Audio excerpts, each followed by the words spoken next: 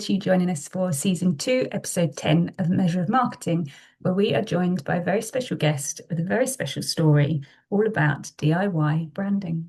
Yes, his name is Tayo, and I met him through just a marketing conversation, actually a mentoring conversation. He runs a business. He'll explain it way better than I in much more detail, but he supports children through a creative space. And when I saw his branding and just heard his mission, I was like, oh my gosh, he's very inspirational. But we didn't get into lots of detail about the background, how he did it. So I'm going to be hearing this for the first time today as well. So we're going to hear how he built his business and all of his marketing around it and how he's approached it. So very excited. Hey Tayo, how are you? Hey, I'm good. I'm good. How you doing? Thank you for joining us. I'm excited for this conversation. Just before we hit record, I was like, it feels like a long time since we spoke. It's been a while. It's been a while, and we can really get into marketing as well. I feel like you've got a very inspirational story just from the work that you're doing and the branding that I saw probably about a year ago. So yeah, our audience will learn a lot from you, I am sure. But yes, let's get into the detail of what you do, who you help, how it came about. Tell us your story. Amazing. Thanks for giving me the opportunity to talk and hopefully, yeah, inspire others. So who am I? My story, what do I do? So yeah, my name's Tayo. I founded a now non-for-profit organization called Trash Gang. Ultimately, we are a creative social mobility organization. So we are supporting underrepresented communities throughout South London, ultimately to gain the creative skills they need to join the workforce, but also to build up their confidence, break kind of barriers around their mental health. And yeah, we ultimately exist to be the creative outlet for young people. That's what we do. Love it. Where did that all come from? Like getting into Yeah, like your mission I as did. well. Yes. I mean, a bit of a trigger warning. I will be talking a little bit about suicide. Where this all came from, it was through lived experience, actually, and it's a very different way, I guess.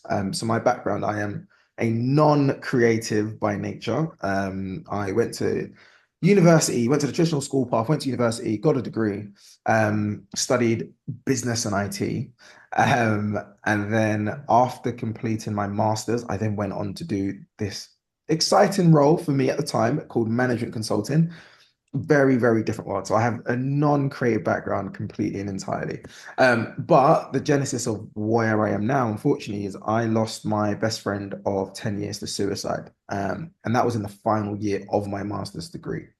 And losing my best friend, I very much realized quite quickly the realities of what it looks like for young people when they're socially isolated.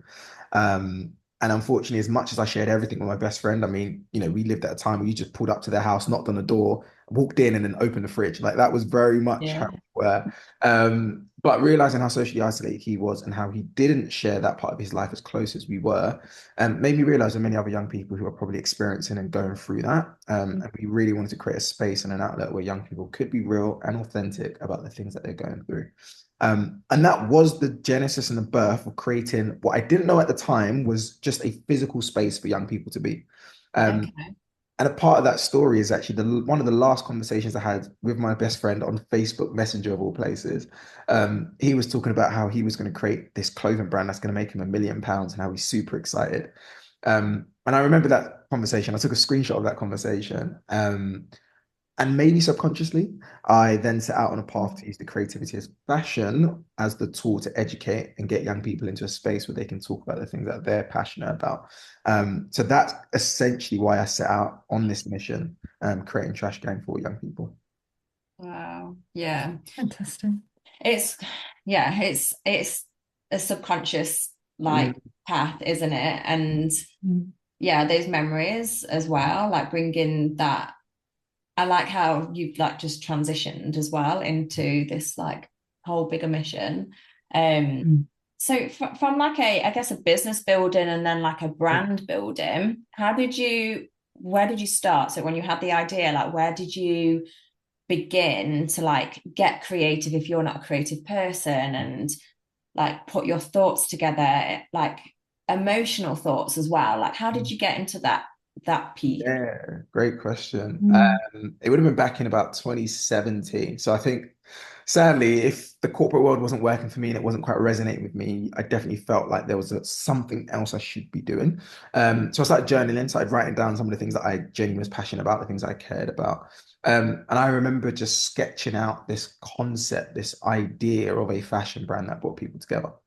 And that was actually one of the first things I show my young people in our workshop is this ugly little notepad I had where I wrote the words trash and gang and I just playing around with them. And I guess, yeah, that's kind of where it started. I used kind of just the medium of writing and journaling to talk about how I felt. Processing the loss of my best friend was a massive thing.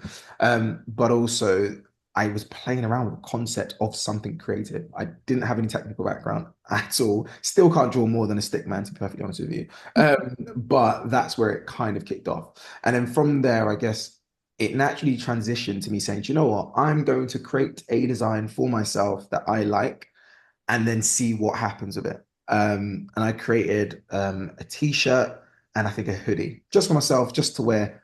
Friends resonated with it. They liked it. I'm like, oh, what does the word trash gang mean? Why is that a thing? And I specifically remembered one of the designs was a barcode that had a hidden message in it. So if you had an old school Nokia, 3310, if you typed those numbers in, it would have spelt the word trash.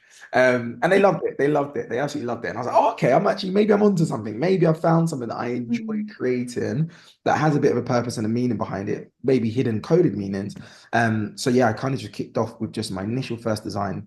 Nothing really with any money, just kicking off with whatever I had. It was very low barrier to entry. I think fashion has been historically, probably not for all the right reasons, low labor costs from the wrong countries, but also materials that aren't the most sustainable makes it also quite easily and readily accessible.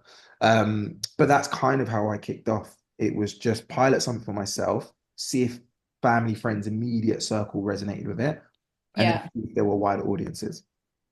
So did you get the feedback? So you said you almost was working off feedback, wasn't you, there, of like people that you knew. Did you go to younger people as well? Like, did you go, yeah, because they were Yeah, their audience, audience. aren't I mean, they? ironically, at the time, maybe I felt like I was a young person, so so I felt like Okay. my peers probably Yeah, yeah. were the We all audience. do. Yeah, yeah. I was like, oh, I'm young.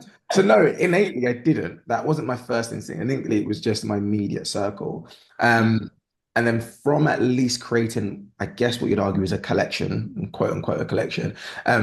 I then was looking out for, okay, could I actually put this hoodie and this t-shirt that I've designed into a store, and would somebody actually go and put it out there and sell it with me? And that's when me and one of my best friends, we discovered a charity shop that actually was stocking independent retailers specifically. So we Okay. went into this store, spoke to the manager, and say, "Hey, I've just created this thing. Could we get stocked in your store called Circle Collective?" They said yes. That was the exciting part. Is I went from sketch drawing to an initial design to actually having a retailer saying, "Yeah, you can do it. You can put your clothing in here, and we'll help sell it with you."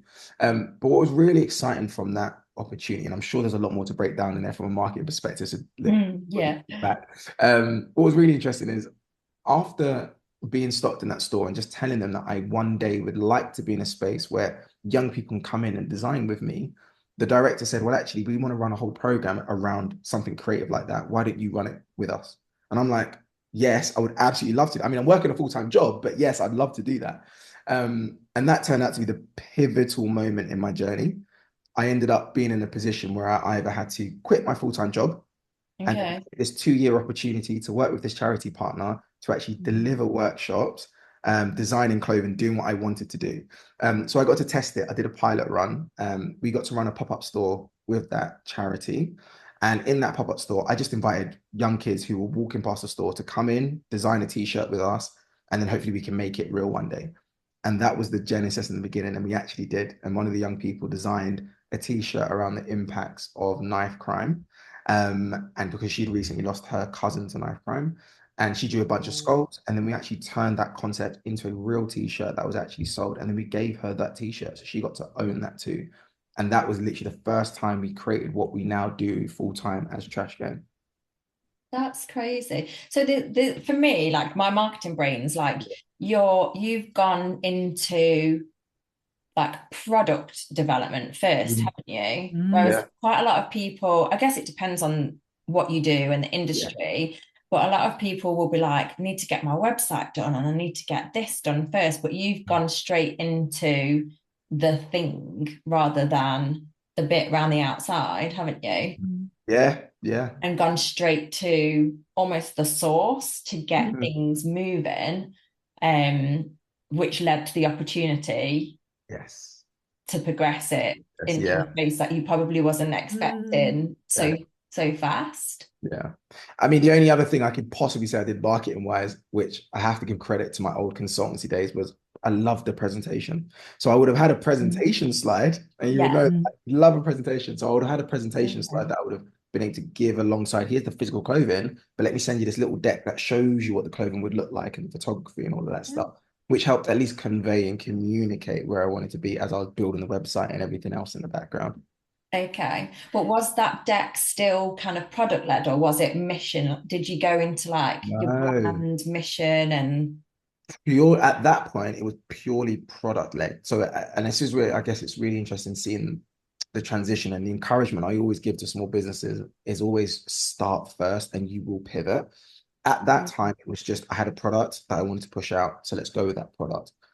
And from that perspective, then being seeing, I guess, the charities and what they do and how they operate enabled me to link my two passions of, okay, I have this product, but I also have this mission that I want to push. And I didn't know the outlet for it. And it was only through those partnerships and conversations that I realized there's actually a whole model that I can create around this business concept to support young people. And yeah, it was through that conversation.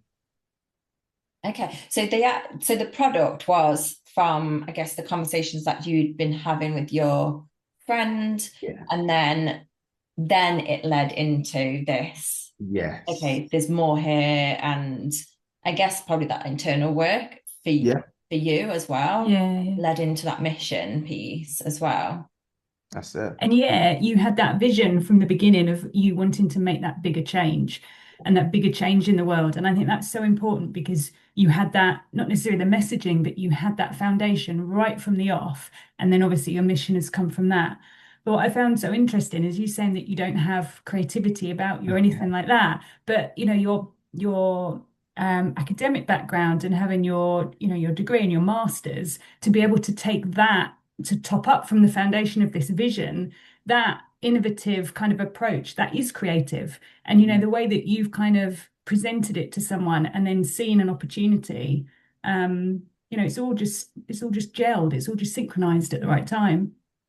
Yeah, I'd agree to that. I'd definitely say it's all come together. And I think, I guess my encouragement has always been it's okay not to have the perfect plan written out all the time. Sometimes I think you Yeah. need to make progress, allow live feedback, and then you can reassess, readjust. I think Yeah. oftentimes you could spend hours and days trying to write this perfect plan and then never execute. Whereas actually, if you Mm. execute, you're forced to move and then you're forced to rethink your plan and then you're forced to remodel. And I think that's kind of where I come from. And maybe it's just worked out for me. But I Yeah. definitely am a big believer in going first and then reassessing.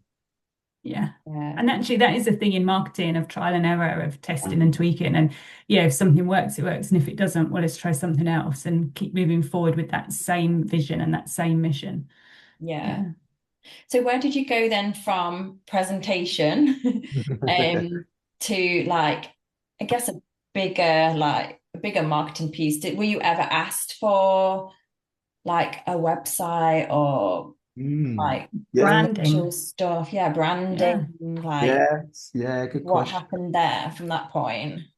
Yeah, I think then getting retail stocked in the store, I think naturally for me, I was like, okay, I need to have some type of visual presence I can send people to. Yeah. A lot easier to communicate. And like most people, I ran to YouTube to figure out where could I host a website, how much would it cost me, what was my best options. At the time, I chose Shopify. That was just an easier all-round solution for me if I wanted to sell product as Yeah. well. And I just spent weekends, train journeys on my way to other places, building this website, which looked absolutely atrocious. Now I think about it, I have no UI, user experience, none of that, no user interface understanding whatsoever. So it looks dreadful, but it was functional. And again, that for me goes back to and to your point as well, Hayley, around kind of that user testing and going over again and then Yeah. refining. It worked for now. Yeah. And that's what I needed. It was functional. You could hit the sales button, you could process, you could make a sale, and then it was going back over it and redefining it. So yeah, my first website looked awful. I think the other thing I learned, I guess, in that process around the marketing is product photography is expensive. It's not cheap. Hmm. So I tried to kind of outsource it to an organization that would take all the products, take all the photography shots, and then send it back to me. After doing it once, I was like, oh, I don't think I can afford to do that for a long term. So I again was really fortunate. One of my really good friends, one of my best friends, was also a photographer. So it was like, okay, how do I tap into my network? Who do I know that has skills that I can share the vision of what I'm trying to achieve? And if they believe and buy into it, how can they also bring their support? So I was able to do product photography relatively very cheaply, compared to able to doing it outsourced elsewhere. And I think that made a big difference to being able to get a website up and running that had product imagery that could convey what I'm trying to sell. Yeah. Mm. I think also like sometimes you've just got to do that process yourself, haven't you? Of that like Yeah. website build, learn that skill, just like get it out. And yeah, just like you sometimes you just have to do that first bit, that it's a process for you as a founder as well, and to kind of Yeah. know what you want further down the line as well. Mm. So website photography, and then are we in like the social media Thanks, yeah. space Social. then? Yeah. Yeah, good question. Yes. So I think I was definitely trying to drive with Instagram at the time. I don't think TikTok was that popular at the time. And if it was, I Mm. definitely wasn't using it when I started back in Definitely, wasn't early it? 2018. Yeah, so not Yeah. quite. And I was a big believer in kind of building up the hype for something. So I was trying to do teaser posts on Instagram. Mm. Reels didn't exist like that. You could post a video, but Reels wasn't a thing. So I would be doing kind of posts that were like something's coming in 7 days, and then I'm slowly trying to drip feed and announce what's coming. I then started to rely quite heavily on kind of memes and entertainment as a way to communicate what we did in our product. And I guess what I found was you would absolutely get more interaction with entertaining memes. So it would be funny memes Mm. based around kind of the photography that we've done. But it made it at the time a bit harder to translate that attention into sales. And I guess understanding the marketing funnel that actually got to take people through that journey before they're actually ready to hit a process. Yes, I want to buy this thing. Yeah. So that was a real learning curve for me. Like I did not know anything about that until, I was going through that process. Yeah. Mm. I wish we were Mm. just talking about marketing funnel when before we hit record. Yeah. It's like Yeah. the classic old age, but it works. Like, where did you start to learn then about like marketing? How did it was it did you like just piece things together, or did you did you work with a consultant, or did you work with social media people? Like what was that process for you as a founder within this? Yeah, a lot of trial and error, but also YouTube and as many as I could afford to do it, the free courses in terms of time. Like there were definitely some free courses out there to learn the basics. And it was really about am I willing to implement and try it and test it? Um, Again, I think I rely quite heavily on my network of people I've met over the years. If someone I know happened to be in marketing or has had any experience in managing social media, I want to have a conversation to just learn a bit more, Yeah. and at least let that be my foundation to then build upon my own kind of learning. But I think being a founder, unfortunately, a lot sits on your ability to learn new skills very quickly. Yeah. Until you've got the finances and resources to hire a whole team to do stuff, like you said, Mm. you just got to do the groundwork and actually get tucked in Yeah. sometimes. I Yeah. think it does you in good stead because at least you know what you do want and what you don't want for the business so that you can brief someone or you can explain it when you do get the time and the resource and the budget for someone to help you. 100%. Yeah. Yeah. Yeah. Yeah. And meeting new people along the way, like you, if you hadn't have approached that first retail space, like Who imagine like knows? the synchronicity Yeah. Yeah. of that time in Mm, there. But you like I always think like you've got to ask questions of everybody, like be curious of them, Mm. but like if you in front of someone that can help you mm, or they've got a skill, like ask for a bit of help there and then.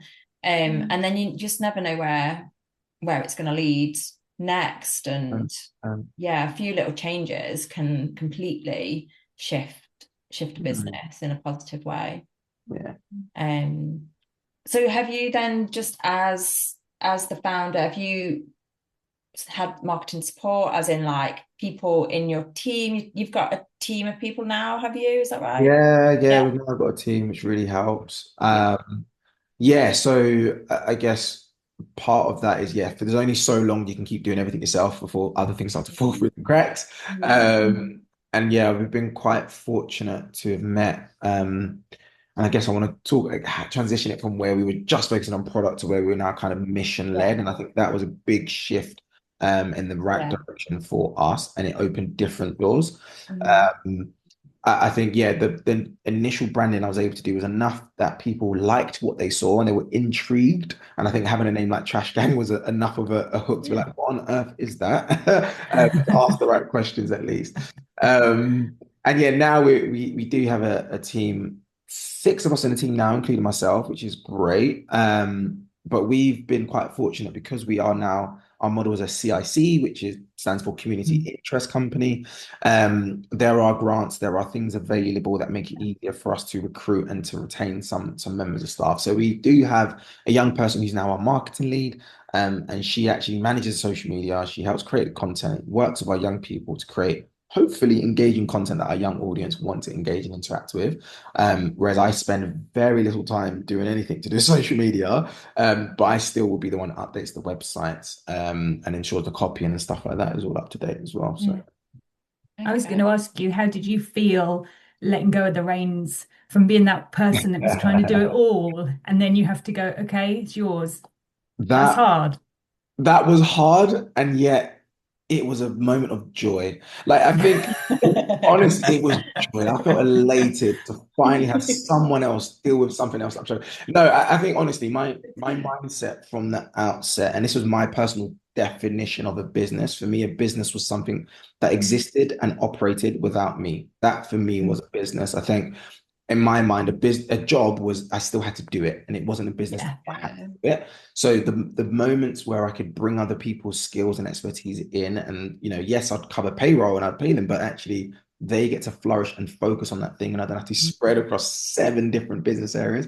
Was a real moment of like elation for me. Like Yeah. I loved having Yeah. somebody else in the team. Yeah. Yeah. Yeah, I get that.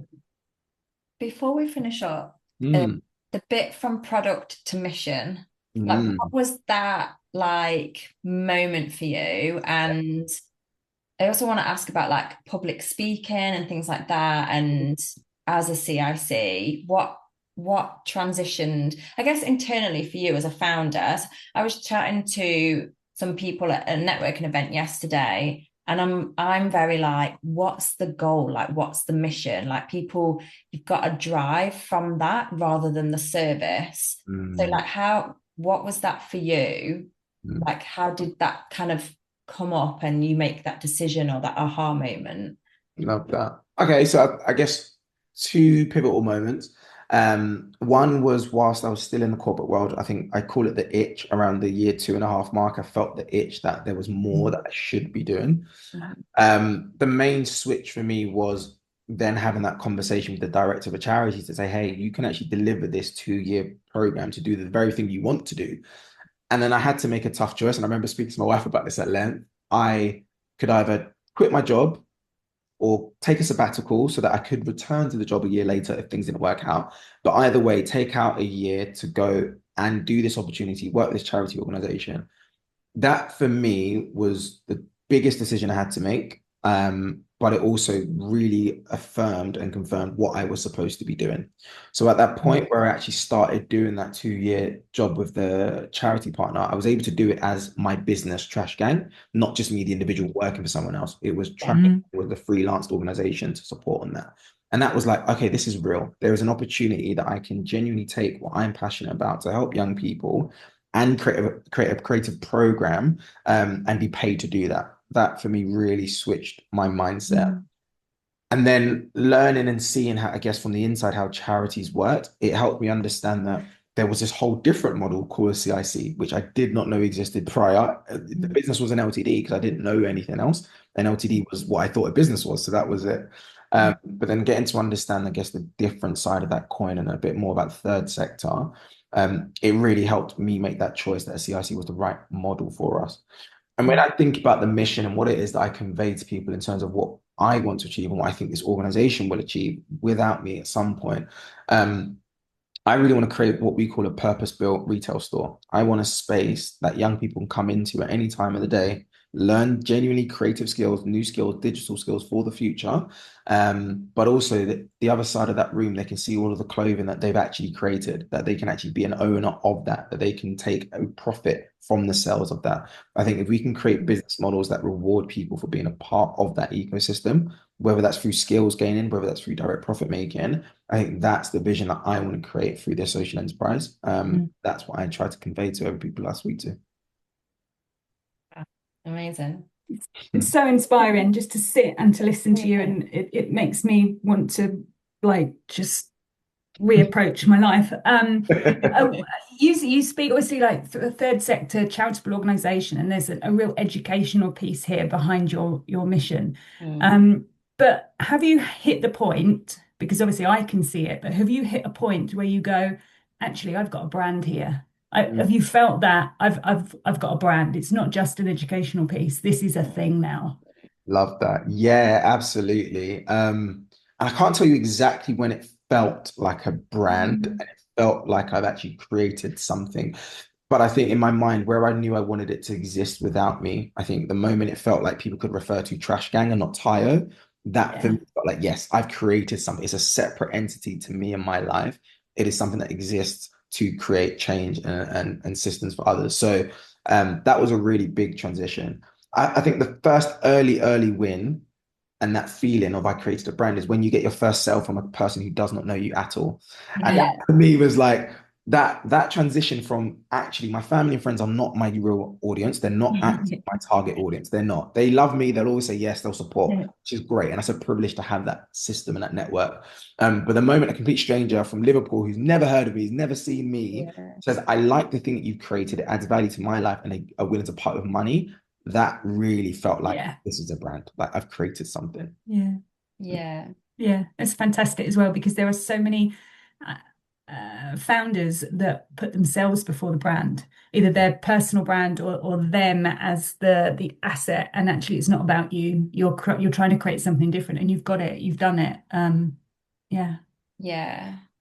It's when everyone, for me, it's when you're sharing it with other people and that mission, that like thread through the business, through the brand comes through. And like you say, you can step away and the people within it, be it if they're like working within it or just having bought from it or heard about it, they can push it forwards for you without you having to speak. Like that for me is like when the brand it really starts to gain momentum. And yeah, like you say, you can step away almost or just watch yeah, it all like unfold. unravel. And yeah.